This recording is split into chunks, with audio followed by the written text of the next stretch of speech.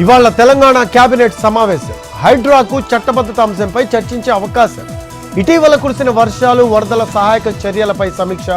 3 యూనివర్సిటీలకు పేర్లు ఖరారుపై కేబినెట్లో చర్చ.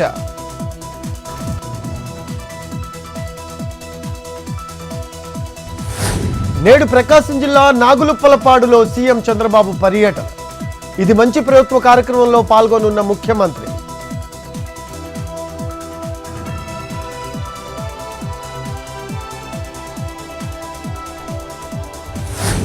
నేడు ప్రకాశం జిల్లా ముఖ్య నేతలతో వైసీపీ అధినేత జగన్ సమావేశం. పార్టీ నిర్మాణాత్మక విషయాలపై చర్చించే అవకాశం. బాలినేని రాజీనామా, నష్ట నివారణ చర్యలపై దృష్టి.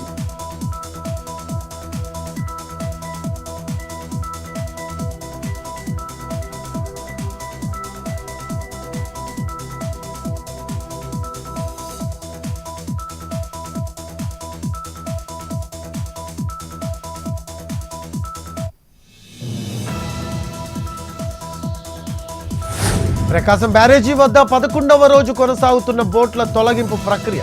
ఇప్పటికే 2 బోట్లు వెలికితీత. 2 రోజుల్లో 3వ బోటును తొలగిస్తామంటున్న అధికారులు.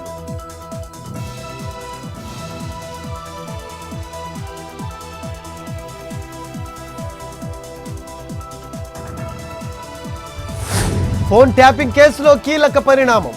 ఎస్ఐబి మాజీ చీఫ్ ప్రభాకర్ రావుపై రెడ్ కార్నర్ నోటీసు జారీకి సిబిఐ అనుమతి. శ్రవణ్ రావుకు కూడా నోటీసులు ఇవ్వాలని ఇంటర్పోల్కు లేఖ.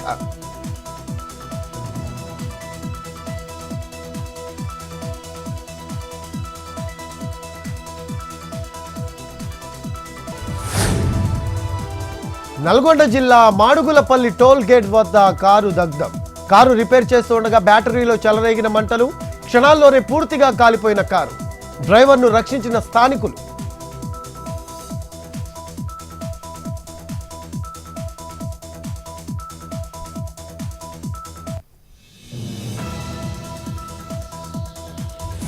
ఢిల్లీలో రేపు కొలువుదీరనున్న కొత్త ప్రభుత్వం. సీఎంగా ప్రమాణ స్వీకారం చేయనున్న. మధ్యప్రదేశ్లోని ఉజ్జయిని మహాకాళేశ్వర ఆలయాన్ని సందర్శించిన రాష్ట్రపతి. ఘనంగా స్వాగతం పలికిన ఆలయ అధికారులు. స్వామివారి దర్శనం తర్వాత పరిసరాలు శుభ్రం చేసిన ద్రౌపది ముర్ము.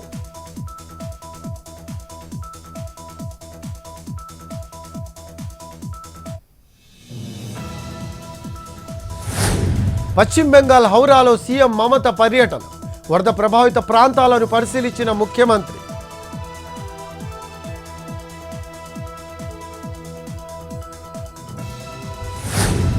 ఉత్తరప్రదేశ్ బాలియాలో ఉప్పొంగిన గంగా నది. పదుల సంఖ్యలో నీట మునిగిన గ్రామాలు. బాధితులను సురక్షిత ప్రాంతాలకు తరలిస్తున్న rescue team.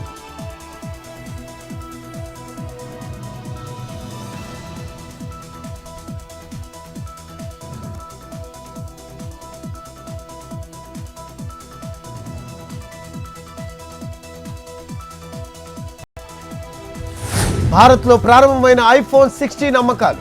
Mumbai iPhone store ముందు భారీగా బారులు. తెల్లవారుజాము నుంచే క్యూ కట్టిన ప్రజలు.